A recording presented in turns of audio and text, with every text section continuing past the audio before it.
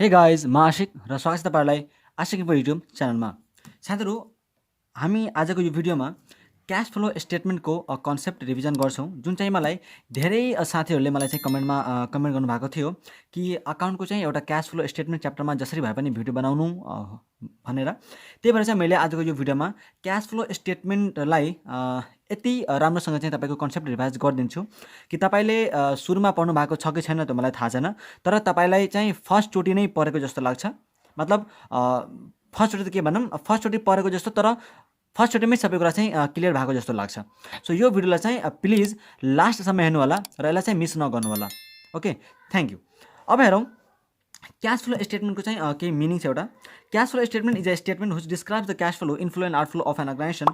हैन, कुनै पनि अर्गनाइजेसनको चाहिँ क्यासको इन्फ्लो र आउटफ्लोलाई चाहिँ रिप्रेजेन्ट गर्छ। यहाँ क्यास भनेको चाहिँ क्यास एन्ड क्यास इक्विभ्यालेन्ट दुइटै हो। क्यास त हामी बुझिहाल्यौँ, क्यास इक्विभ्यालेन्ट भनेको चाहिँ त्यस्तो कुराहरू जसलाई चाहिँ हामी एकदमै सर्ट नोटिसमा क्यासमा चाहिँ कन्भर्ट गर्न सक्छौँ, त्यसलाई हामी क्यास इक्विभ्यालेन्ट भन्छौँ। अब क्यास फ्लो स्टेटमेन्ट बनाउने चाहिँ दुईवटा मेथड छ, एउटा डाइरेक्ट मेथड, एउटा इन्डाइरेक्ट मेथड। डाइरेक्ट मेथड चाहिँ कम्पेरिटिभली सजिलो छ है, र डाइरेक्ट मेथड र इन्डाइरेक्ट मेथडमा चाहिँ हामीले एउटा कुरा चाहिँ एकदमै इम्पोर्टेन्ट के याद राख्नुपर्छ भन्दाखेरि कि इन्भेस्टिङ एक्टिभिटिज र फाइनेन्सिङ एक्टिभिटिज यो दुईवटा कुरा चाहिँ एकदमै सेम हुन्छ। फरक हुने भनेको चाहिँ अपरेटिङ एक्टिभिटिजमा मात्रै हो है। डाइरेक्ट मेथड र इन्डाइरेक्ट मेथडमा चाहिँ अपरेटिङ हामीसँग तीनवटा एक्टिभिटिज हुन्छ, अपरेटिङ, फाइनेन्सिङ र इन्भेस्टिङ। त्यसमा चाहिँ अपरेटिङ एक्टिभिटिज मात्रै फरक हुन्छ डाइरेक्ट मेथड र इन्डाइरेक्ट मेथडमा, नत्र इन्भेस्टिङ एक्टिभिटिज र फाइनेन्सिङ एक्टिभिटिज चाहिँ दुइटै के हुन्छ त दुइटै मेथडमा same to same without any difference है, डिड टु सेम हुन्छ। फरक पर्ने भनेको अपरेटिङ एक्टिभिटी मात्रै हो। So let's start from the direct method. Okay, अब डाइरेक्ट मेथडमा चाहिँ क्यास फ्लो स्टेटमेन्ट कसरी बनाउने त? Cash flow statement for the year ended है, तपाईँले चाहिँ यो च्याप्टर पढ्नु भएको छ, सो मैले त्यही अनुसारले चाहिँ रिभिजन गराउँछु। सबभन्दा पहिला cash collection from customer. Cash collection from कस्टमरमा हामी नेट सेल्स लेख्छौँ। नेट सेल्समा चाहिँ सेल्समा सेल्स रिटर्न हुन्छ। त्यसपछि हामीले डिक्रिज इन करेन्ट एसेट, त्यसपछि ब्याड डेट रिकभर्ड र इन्क्रिज इन करेन्ट एसेट। अब चाहिँ यो करेन्ट एसेट कुन जोड्ने कुन घटाउने भन्ने कुरा चाहिँ तपाईँले यसरी बुझ्न सक्नुहुन्छ कि करेन्ट एसेटसँग क्यासको इन्भर्सली रिलेसनसिप हुन्छ। करेन्ट एसेटसँग क्यासको इन्भर्स रिलेसनसिप हुन्छ, मतलब करेन्ट एसेट बढ्यो त क्यास फ्लो घट्यो, करेन्ट एसेट घट्यो त क्यास फ्लो बढ्यो है। करेन्ट एसेटसँग क्यासको इन्भर्स रिलेसनसिप हुन्छ, तपाईँले त्यसरी बुझ्न सक्नुहुन्छ। त्यसपछि यति गरेर चाहिँ हामी यहाँ लेख्छौँ। अब त्यसपछि बिनहरूमा हामी लेख्छौँ cash pay to supplier. Cash pay to सप्लायरमा कस्ट अफ गुड्स सोल्ड, अब कस्ट भएपछि त आउटफ्लो भइ नै हाल्यो। अब यहाँ चाहिँ लायबिलिटिज कुन जोड्ने कुन घटाउने, त लायबिलिटीसँग क्यासको डाइरेक्टली प्रोपोर्सनल हुन्छ, डाइरेक्ट रिलेसनसिप हुन्छ। मतलब लायबिलिटिज बढ्यो भने क्यास फ्लो पनि बढ्छ, लायबिलिटी घट्यो भने क्यास फ्लो पनि घट्छ। त्यसरी तपाईँले बुझ्न सक्नुहुन्छ है। त्यसपछि इन्भेन्ट्रीको कुरा आउँछ। सो इन्भेन्ट्री कम भयो भने तपाईँको के हुन्छ त, क्यास फ्लो बढ्छ। इन्भेन्ट्री कम भयो भने क्यास फ्लो बढ्छ। कसरी बढ्छ? इन्भेन्ट्री कम भयो भने तपाईँले सामान बेच्नुहुन्छ अनि बल्ल नि इन्भेन्ट्री कम हुन्छ। सामान बेचेपछि नि इन्भेन्ट्री कम हुन्छ। त सामान बेच्नुभयो, इन्भेन्ट्री कम भयो। सामान बेच्यो भने इन्भेन्ट्री कम भयो, तपाईँको पैसा त आयो नि त। त्यस्तै इन्भेन्ट्री बढ्यो, इन्भेन्ट्री बढ्यो मतलब तपाईँलाई सामान बेच्नु भएन, यसको मतलब क्यास चाहिँ आउटफ्लो भयो हो। त त्यसरी चाहिँ हामीले गर्छौँ है। करेन्ट एसेट, सबै करेन्ट एसेटसँग चाहिँ इन्भर्स रिलेसनसिप हुन्छ, सबै करेन्ट एसेटसँग चाहिँ इन्भर्स रिलेसनसिप हुन्छ। यो चाहिँ हामी बुझ्न सक्छौँ है त। अब त्यसपछि हामी लेख्छौँ सी नम्बरमा cash paid to employees and for other expenses. अरू पनि इम्प्लोइजलाई हामी जुन क्यास पेड गर्छौँ त्यसको चाहिँ हामी खर्चहरू यहाँ आउटफ्लो लेखिदिन्छौँ। त्यस्तै cash operating expenses including wages, operating expenses जति पनि हुन्छ त्यो सबै हामी यहाँ लेख्छौँ। अनि वेजेस पनि हामी पेड गर्छौँ। सो पेड गरेपछि त क्यास आउटफ्लो नै हुने भयो अर्गनाइजेसनबाट। त्यसपछि इन्ट्रेस्ट पेड, कति तपाईँले इन्ट्रेस्ट पेड गर्नुभयो त्यो पनि हामी घटाइदिन्छौँ, आउटफ्लो। Tax paid outflow. अनि net cash from operating activities. यसरी चाहिँ तपाईँले डाइरेक्ट मेथडद्वारा चाहिँ निकाल्न सक्नुहुन्छ है। अपरेटिङ एक्टिभिटी चाहिँ डाइरेक्ट मेथडद्वारा यसरी निस्किन्छ, net cash flow from operating activities. अब हामी जाउँ इन्डाइरेक्ट मेथडमा है। अब इन्डाइरेक्ट मेथडमा चाहिँ केही कुरा फरक पर्छ। इन्डाइरेक्ट मेथडमा चाहिँ के हुन्छ, केही कुरा चाहिँ फरक परेर जान्छ है। अब हेरौँ के कुरा चाहिँ फरक पर्छ त। यहाँ हामी अपरेटिङ एक्टिभिटिजमा मात्रै फरक पर्छ, मैले तपाईँलाई सुरुमै भनिसकेँ। अपरेटिङ एक्टिभिटिजमा मात्रै फरक पर्छ, फाइनेन्सिङ र इन्भेस्टिङ एक्टिभिटिजमा चाहिँ के पनि फरक पर्दैन। दुइटै मेथडमा सेम टु सेम रहन्छ। फरक पर्ने भनेको अपरेटिङ एक्टिभिटिजमा मात्रै हो।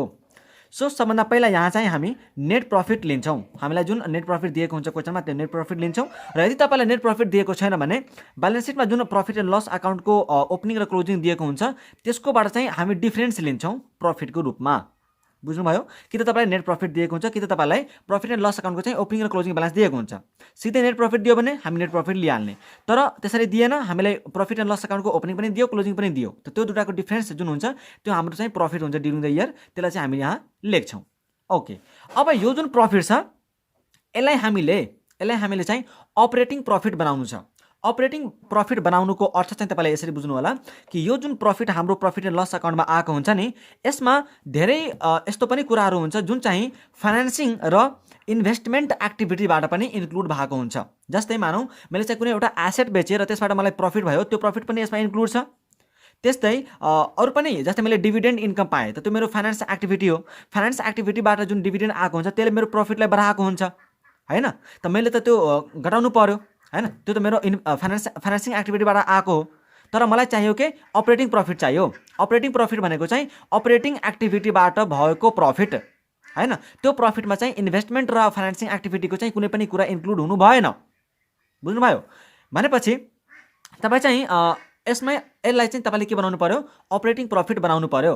त अपरेटिङ प्रफिट बनाउनलाई तपाईँ आफै एकचोटि लजिकली के सोच्नुहोस् भन्दाखेरि कि यो जुन प्रफिट आएको छ त्यसमा के भएको होला त? इन्कम जोडिएर आएको होला र एक्सपेन्सेस घटाइएर आएको होला, हो कि होइन? इन्कम जोडिएर यो प्रफिट आएको छ र एक्सपेन्सेस चाहिँ घटाएर यो प्रफिट आएको छ। भनेपछि जति पनि हामीले यहाँ चाहिँ दुईवटा नियम याद राख्छौँ। एउटा, जति पनि अपरेटिङ इन्कम बाहेक अरू कुनै इन्कमहरू छ त्यसलाई हामी के गर्छौँ? घटाइदिन्छौँ।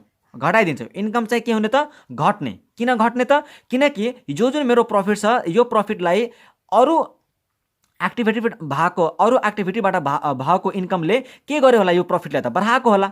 इन्कमले के गर्छ? प्रफिट बढाउँछ। त अरू एक्टिभिटीबाट भएको उसले चाहिँ इन्कमले अथवा प्रफिटले चाहिँ हामीलाई के गर्यो होला त? यो प्रफिटलाई बढाएको होला। तर हामीलाई त के बनाउनु छ? अपरेटिङ प्रफिट बनाउनु छ। त त्यस्तो इन्कमलाई अथवा प्रफिटलाई चाहिँ हामीले के गर्नु पर्यो? यो प्रफिटबाट घटाइदिनु पर्यो है। त्यस्तै अरू एक्टिभिटीबाट भएको एक्सपेन्सेस अथवा लसलाई चाहिँ हामीले यसबाट के गर्नु पर्यो? जोड दिनु पर्यो, किनकि त्यो चाहिँ घटेर आएको होला है। ओके, किनकि यसलाई हामीले अपरेटिङ प्रफिट बनाउनु छ। यो कुरा बुझ्नुभयो कि भएन? मेन कुरा चाहिँ यहाँ त्यही छ है। यो प्रफिटलाई हामीले अपरेटिङ प्रफिट बनाउनु छ। त्यही भएर जति पनि अरू एक्टिभिटीबाट भएको इन्कम अथवा प्रफिट छ त्यसलाई हामीले घटाइदिनुपर्छ है। अनि अरूबाट जुन जोडिदिनुपर्छ, खर्चहरूलाई चाहिँ जोडिदिनुपर्छ अनि इन्कमलाई चाहिँ हामीले घटाइदिनुपर्छ। ओके, सो अब हेरौँ हामी के गर्छौँ। अब आइटम्स टु बी एडेड के कुराहरू चाहिँ हामीले जोड्ने त? डेप्रिसिएसन। मैले तपाईँलाई के भने दुईवटा कुरा चाहिँ याद राख्ने। एउटा, नम्बर 1 के भने कि अरू कुनै एक्टिभिटीबाट भएको प्रफिट अथवा इन्कमलाई हामीले यसमा चाहिँ जोडिदिनुपर्छ, किनकि त्यो चाहिँ इन्कमलाई घटाइदिनुपर्छ, किनकि त्यो जोडिएर त्यो प्रफिट आएको हो। त्यस्तै अरू कुनै छ खर्च बेलामा चाहिँ खर्चको यदि कुरा गर्ने हो भने अरू कुनै एक्टिभिटीबाट भएको चाहिँ लस अथवा एक्सपेन्सेस हामीले चाहिँ जोडिदिनुपर्छ। अनि कुनै नन क्यास एक्सपेन्सेसहरू छ भने त्यसलाई पनि हामीले के गर्नुपर्छ? त्यसलाई जोडिदिनुपर्छ। सो अब हेरौँ, डेप्रिसिएसन हामीले जोड्यौँ। Interest on borrowing and debenture. अब डेप्रिसिएसन के हो त? डेप्रिसिएसन के हो? नन क्यास खर्च हो, त्यही भएर हामीले जोड्यौँ। त्यस्तै interest on borrowing and debenture. अब यो बोरोइङ लिँदा डिभेन्चर लिँदा यो त केमा पर्छ? फाइनेन्सिङ एक्टिभिटीमा। त फाइनेन्सिङको यहाँ इन्क्लुड छ भने हामीले के गर्नु पर्यो? यो फाइनेन्सिङको खर्च चाहिँ घटेर यो प्रफिट आएको छ, त हामीले के गर्नु पर्यो? त्यसलाई जोडिदिनु पर्यो, किनकि हामीले त के बनाउनु छ? त्यसलाई अपरेटिङ बनाउनु छ। त्यस्तै loss on sale of fix asset. यो चाहिँ घटेर यो प्रफिट आएको होला। लस अन सेल यो त घटेर आएको होला, तर यो लस अन सेल के हो त? इन्भेस्टिङ एक्टिभिटी हो। त इन्भेस्टिङ एक्टिभिटीबाट भएको जुन एक्सपेन्सेस छ त्यसले मेरो प्रफिटलाई के गर्यो? घटाइदियो। त्यही भएर मैले यसलाई के गर्नु पर्यो? अब एड ब्याक गर्नु पर्यो। Increase in provision for bad debt है, त्यस्तो हामीलाई जोड्नुपर्छ। Propose dividend for current year. Current इयरको चाहिँ जुन प्रपोज डिभिडेन्ड छ त्यो मलाई जोड्नुपर्छ। अन्तरिम dividend paid during the year, होइन? करेन्ट इयरमा चाहिँ कति मैले अन्तरिम डिभिडेन्ड पे गरेँ त्यो मलाई जोड्नुपर्छ। प्रोभिजन फर, किनकि डिभिडेन्ड चाहिँ फाइनेन्सिङसँग रिलेटेड हुन्छ है, त्यही भएर प्रपोज डिभिडेन्ड पनि फाइनेन्सिङसँग रिलेटेड हुन्छ। Provision for tax made during the year, यो पनि हामीले के गर्नुपर्छ? जोडिदिनुपर्छ। यो सबै खर्च हामीले जोडिदियौँ। फेरि अपरेटिङसँग रिलेटेड चाहिँ खर्च नजोड्ने है, फेरि नन अपरेटिङ र नन क्यास दुईवटा मात्रै, नन अपरेटिङ र नन क्यास। ओके, अब केही इन्कम हामीले चाहिँ घटाइदिनुपर्छ। कुन इन्कम घटाउने त? जुन नन अपरेटिङ छ र नन क्यास छ। हेरौँ, इन्ट्रेस्ट इन्कम फाइनेन्सिङ हुन्छ, त्यही भएर हामीले घटाइदिनु पर्यो, होइन? त्यसपछि डिभिडेन्ड इन्कम चाहिँ जोडेर मेरो प्रफिट आएको छ, त्यही भएर मैले घटाउनु पर्छ। त डिभिडेन्ड चाहिँ फाइनेन्सिङ होइन, फाइनेन्सिङसँग रिलेटेड छ, अरू एक्टिभिटीसँग रिलेटेड छ, त्यही भएर मैले यसलाई घटाइदिएँ किनकि मलाई प्रफिटलाई अपरेटिङ बनाउनु छ। रेन्टल इन्कम यो चाहिँ मेरो अपरेटिङ छैन, त्यही भएर मैले यसलाई घटाइदिएँ। Profit and sale of fix asset यो मेरो के अरे इन्भेस्टिङ एक्टिभिटीबाट भएको प्रफिट हो, त्यही भएर मैले यसलाई घटाइदिएँ। यति घटाइसकेपछि मेरो नेट प्रफिटबाट यो सबै कुरा चाहिँ जोडेर अनि घटाइसकेपछि मेरो आउँछ operating profit before working capital changes. अब यो आइसकेपछि तपाईँले वर्किङ क्यापिटल चेन्जेस मैले तपाईँलाई सुरुमै भनिसकेँ, करेन्ट एसेटसँग क्यासको अब एडलेस तपाईँले गर्नुहुन्छ। करेन्ट एसेटसँग के हुन्छ र क्यासको इन्भर्स रिलेसन हुन्छ, र करेन्ट लायबिलिटीसँग के हुन्छ क्यासको चाहिँ डाइरेक्ट रिलेसन हुन्छ। सो यति बुझिसकेपछि हामीले एड लेस गरिदिन्छौँ अनि त्यसपछि हाम्रो के आउँछ net cash flow from operating activities. बुझ्नुभयो? सो यसरी हामी चाहिँ डाइरेक्ट र इन्डाइरेक्टमा अपरेटिङ एक्टिभिटिज चाहिँ फरक फरक तरिकाले चाहिँ निकाल्छौँ। अब यति बुझिसकेपछि तपाईँलाई फाइनेन्सिङ र इन्भेस्टिङ एक्टिभिटी चाहिँ दुईटै मेथडमा के हुन्छ त सेम रहन्छ। अब हेर्नु होला cash flow from investing activities तपाईँले कसरी निकाल्नुहुन्छ, जस्तै सेल अफ फिक्स एसेट, तपाईँले फिक्स एसेट बेच्नुभयो भने क्यास इन्फ्लो, त्यही भएर होइन प्लस सेल अफ इन्भेस्टमेन्ट बेच्नुभयो cash inflow. Purchase of fix asset and investment तपाईँले फिक्स एसेट अथवा इन्भेस्टमेन्ट किन्नुभयो भने पैसा अर्गनाइजेसनबाट बाहिर जान्छ त cash outflow. Interest and dividend received तपाईँले केही पाउनुभयो त क्यास इन्फ्लो हैन। त्यस्तै सेल अफ इन्टेन्जिबल एसेट तपाईँले इन्टेन्जिबल एसेटहरू बेच्नुभयो जस्तै गुडविल हैन, त्यो तपाईँले बेच्नुभयो भने क्यास इन्फ्लो आउँछ, त्यही भएर चाहिँ क्यास इन्फ्लो। अनि यतिलाई चाहिँ जोड घटाउ गरेर जे आउँछ तपाईँको त्यो चाहिँ के हुन्छ त net cash use in investing activity. यसरी तपाईँले इन्भेस्टिङ एक्टिभिटीको निकाल्न सक्नुहुन्छ। अब cash flow from financing activity, financing एक्टिभिटीको चाहिँ कसरी निकाल्ने त, जस्तै issue of share and debenture. एउटा कुरा तपाईँले के बुझ्नु होला कि इन्भेस्टिङ एक्टिभिटीमा चाहिँ फिक्स एसेट र इन्भेस्टमेन्टको कुरा मात्रै पर्छ। त्यस्तै फाइनेन्सिङमा चाहिँ सेयर र डिभेन्चरका कुराहरू है, जस्तै सेयर डिभेन्चर लोनहरूका कुराहरू है। अब हेर्नु issue of share and debenture तपाईँले चाहिँ सेयर अथवा डिभेन्चर इस्यु गर्नुभयो त तपाईँको के आउँछ कम्पनीमा पैसा आउँछ। सेयर इस्यु गर्नुभयो भने मान्छेले सब्सक्राइब गर्छ, तपाईँलाई कम्पनीमा पैसा दिन्छ भनेपछि क्यास इन्फ्लो। डिभिडेन्ड पेड तपाईँलाई डिभिडेन्ड पे गर्नुभयो त क्यास आउटफ्लो, अरूलाई तिर्नुभयो त क्यास आउटफ्लो। अन्तरिम डिभिडेन्ड पेड जुनसुकै डिभिडेन्ड होस् पेड गरेपछि त क्यास आउटफ्लो हो।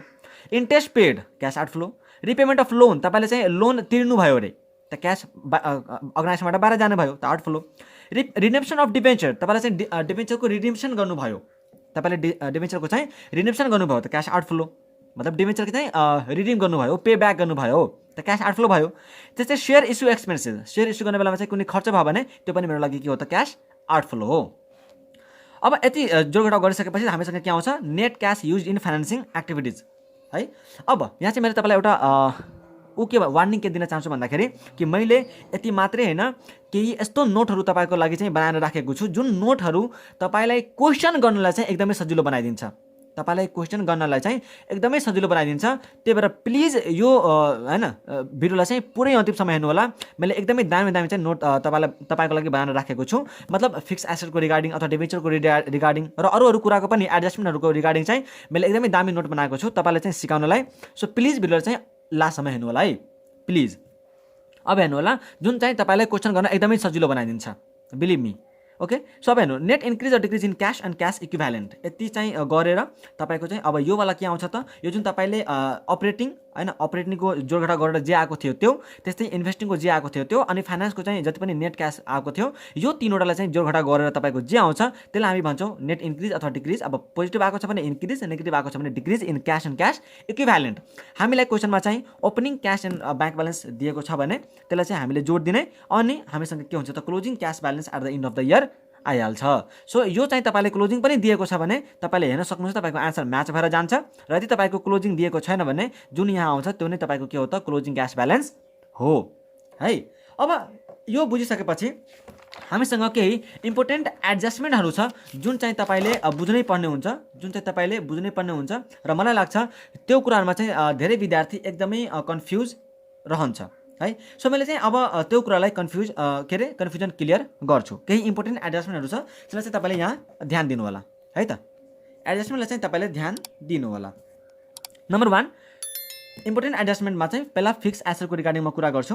फिक्स एसेटमा तपाईँलाई के हुन्छ यहाँ हेर्नु होला है, 3 तरिकाले चाहिँ तपाईँले फिक्स एसेटको एडजस्टमेन्ट दिन सक्छ। एउटा त सिधै तपाईँलाई ब्यालेन्स सिटमा फिक्स एसेट दिएको हुनसक्छ ओपनिङ क्लोजिङ। त्यस्तै अर्को तरिका के हुनसक्छ तपाईँलाई फिक्स एसेट दिन्छ अनि प्रोभिजन फर डिप्रिसिएसन पनि एसेट सँगसँगै दिन्छ, दुईटै ब्यालेन्स सिटमै दिन्छ है। एउटा के भयो रे ब्यालेन्स सिटमा मात्रै एसेट दिने, फिक्स एसेट दिने, एउटा चाहिँ के भयो त fix asset plus provision for depreciation पनि दिने, दुईटै ब्यालेन्स सिटमै।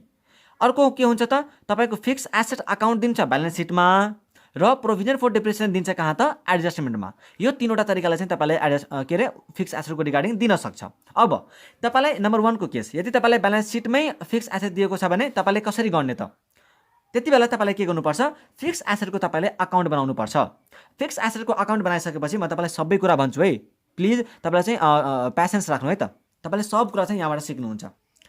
फिक्स एसेट तपाईँले बनाउनुहोस्, ओपनिङ तपाईँको के छ त्यो ओपनिङ लिनुहोस्, अनि तपाईँले चाहिँ त्यसपछि डेप्रिसिएसन तपाईँको केही दिएको छ भने डेप्रिसिएसन लेख्नु होला। त्यस्तै सेल गर्दा चाहिँ ब्याङ्क अकाउन्ट गर्नुहोस्, तपाईँले कतिमा चाहिँ बेच्नु भएको छ त्यो तपाईँको यहाँ आउँछ। त्यसपछि तपाईँको डब्लुडिबी पनि तपाईँलाई दिएकै हुन्छ, त्यो डब्लुडिबीसँग कम्पेयर गरेर प्रफिट अथवा लस के आउँछ त्यो तपाईँले लिनुहोस्। लस आयो भने यता आउँछ, प्रफिट आयो भने टु प्रफिट एन्ड सेल यता आउँछ।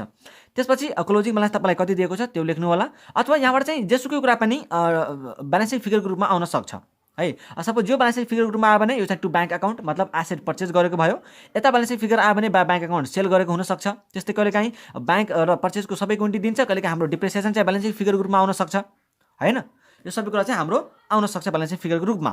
भनेपछि अब हामी हेरौँ यसमा चाहिँ कसलाई चाहिँ के ट्रिटमेन्ट गर्ने त। अब टु ब्याङ्क अकाउन्ट परचेज छ त यसलाई यदि यो ब्यालेन्स सिट फिगरमा आयो भने यसलाई हामीले के गर्ने, के अरे फाइनेन्सिङ इन्भेस्टमेन्ट एक्टिभिटीमा चाहिँ परचेज भनेको के हुन्छ त, परचेज अफ फिक्स एसेट हाम्रो क्यास आउटफ्लो हुन्छ, त्यहाँ चाहिँ यो घटाइन्छ। त्यस्तै ब्याङ्क गर्नुभयो भने सेल अफ फिक्स एसेट तपाईँको इन्भेस्टिङ एक्टिभिटीमा के हुन्छ, क्यास इन्फ्लो हुन्छ।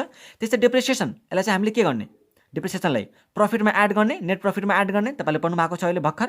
त्यस्तै लस अन सेल यो पनि के हो, इन्भेस्टिङ एक्टिभिटीबाट भएको लस हो, यसलाई हामीले के गर्नुपर्छ, यो त खर्च हो, यसलाई हामीले प्रफिटमा जोड दिनुपर्छ, किनकि घटाएर आएको हुन्छ, यसलाई हामीले प्रफिटमा जोड दिनुपर्छ अपरेटिङ एक्टिभिटीमा है।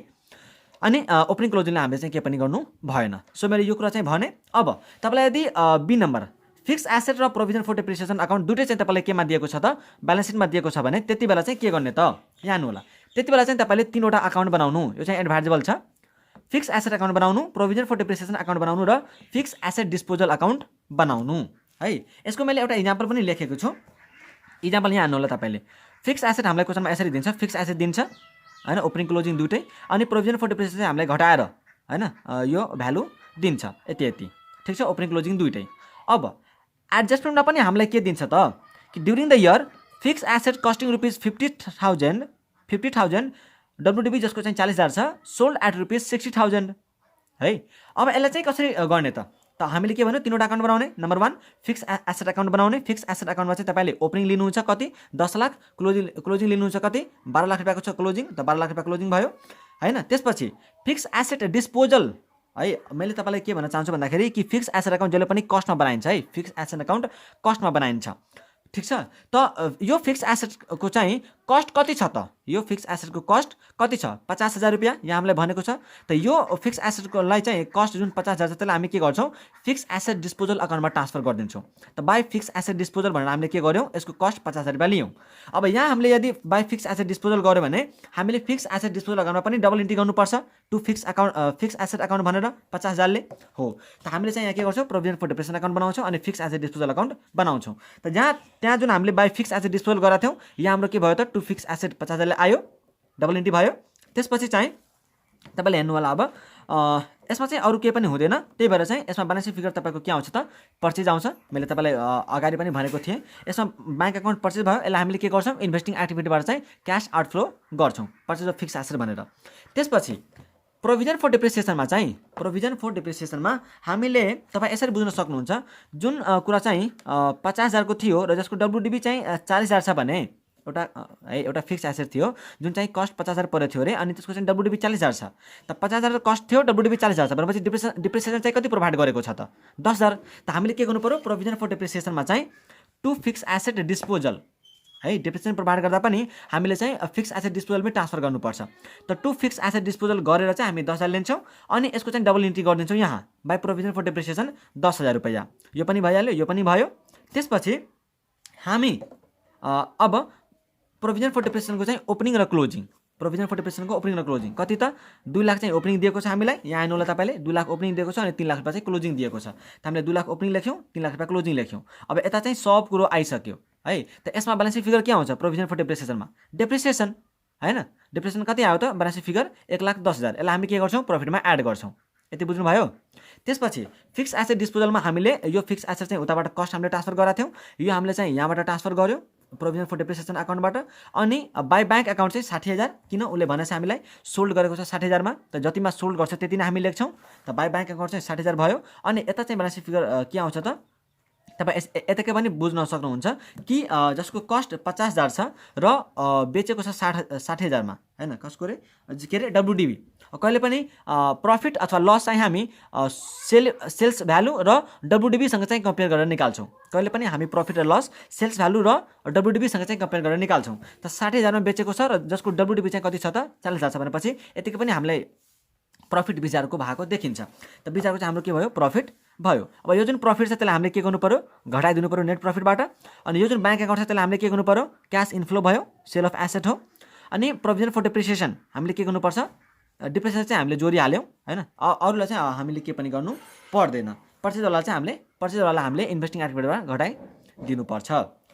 यो थियो हाम्रो के फिक्स एसेटको 2 नम्बरको चाहिँ एडजस्टमेन्ट। अब तेस्रो नम्बरको एडजस्टमेन्ट हाम्रो छ के फिक्स एसेट चाहिँ दिने कहाँ ब्यालेन्स सिटमा, अनि प्रोभिजन फर डेप्रिसिएसन दिने कहाँ त एडजस्टमेन्टमा। अब यहाँ हेर्नु होला फिक्स एसेट तपाईँलाई चाहिँ ब्यालेन्स सिटमा दिन्छ, यहाँ प्रोभिजन फर डेप्रिसिएसन चाहिँ दिँदैन। अनि यहाँ हामीलाई दिन्छ प्रोभिजन फर डेप्रिसिएसनको ओपनिङ र क्लोजिङ दियो। त्यसपछि during the year fix asset costing rupees 80,000 WDB जसको 50,000 छ सोल्ड फर रुपिज 70,000। यहाँ हामीले सेम तरिका गर्छौँ, 3वटा अकाउन्ट बनाउँछौँ तर फरक चाहिँ 2वटा अकाउन्टमा मात्रै पर्छ, एउटा अकाउन्टमा मात्रै पर्छ, एउटा फिक्स एसेट अकाउन्टमा मात्रै पर्छ। त फिक्स एसेट अकाउन्ट हामी कस्टमा बनाउँछौँ, लेख्ने बेलामा चाहिँ हामी ओपनिङ लेख्छौँ। त ओपनिङ हामी के लेख्छौँ 10 लाख लेख्छौँ नै, यहीँ विद्यार्थीले मिस्टेक गरिहाल्छ है 3rd नम्बरमा। त फिक्स एसेटको ओपनिङ लेख्ने बेलामा चाहिँ 10 लाख प्लस ओपनिङ प्रोभिजन हामीले एड गरेर लेख्नुपर्छ। त्यस्तै क्लोजिङ लेख्ने बेलामा पनि हामीले opening closing value plus closing provision चाहिँ हामीले एड गरेर लेख्नुपर्छ है। अनि अरू सबै कुराहरू जुन हामीले केस बीमा गऱ्यौँ सेम केस चाहिँ यहाँ हुन्छ रिपिट हुन्छ है।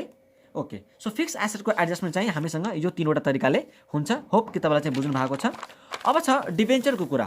डिबेन्चरको पनि केही एडजस्टमेन्ट हुन्छ। नम्बर 1 सपोज मानौँ केस एमा चाहिँ तपाईँले डिबेन्चर दियो रे 10% डिबेन्चर दियो तपाईँलाई 1 लाख र 80,000 है।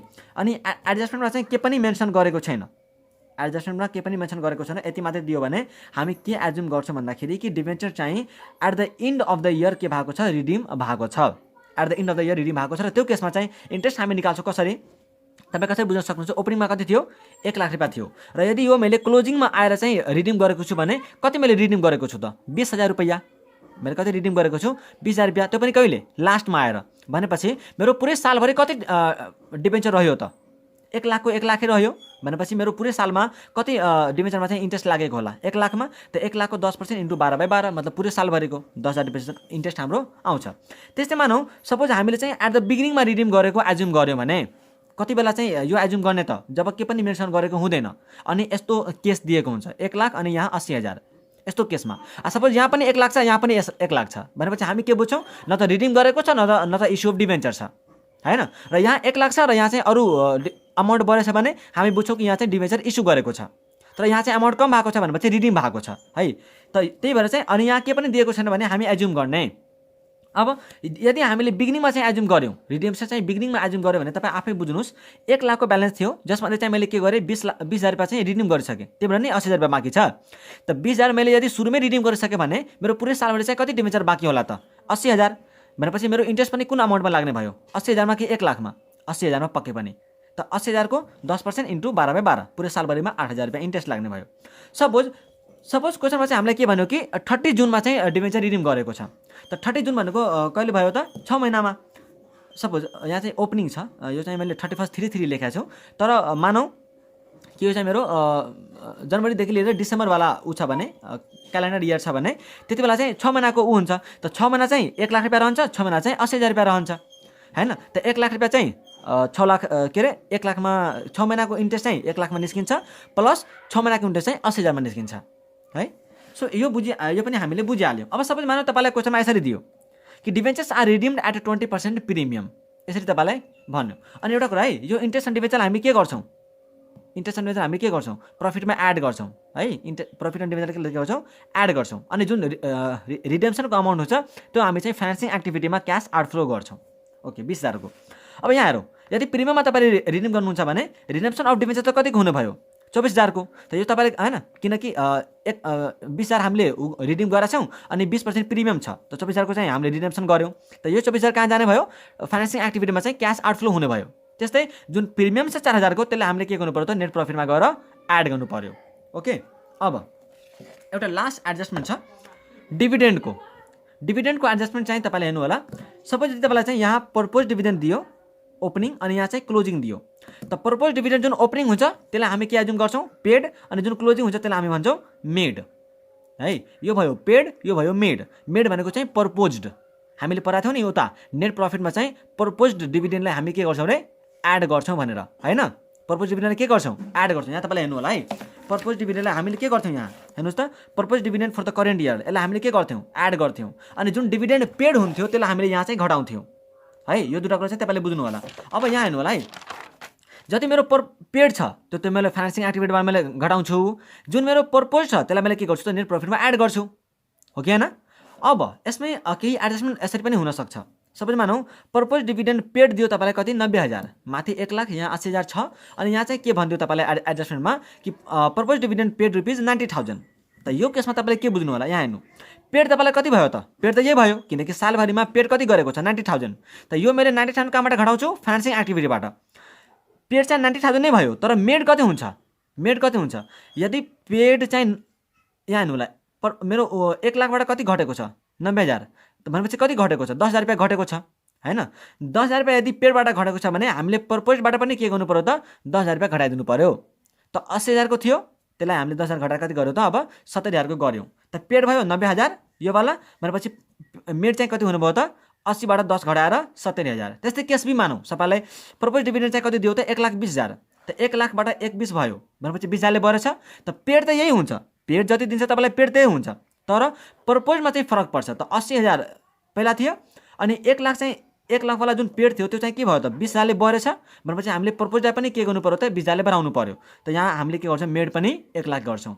त यो त हाम्रो फाइनेन्सिङबाट घटिहाल्छ, यो हामीले नेट प्रफिटमा के अरे नेट प्रफिटमा एड गरिदिन्छौँ। क्लियर छ तपाईँको? ओके, सो होप तपाईँलाई चाहिँ यो भिडियो मन परेको होला। यदि तपाईँलाई कुनै ठाउँमा कन्फ्युजन छ, केही कुरा सोध्नु छ भने तपाईँले चाहिँ कमेन्ट गरेर भन्न सक्नुहुन्छ, र यदि तपाईँले अकाउन्टको अरू कुनै च्याप्टरको चाहिँ भिडियो चाहियो भने तपाईँले प्लिज कमेन्ट गर्नु होला।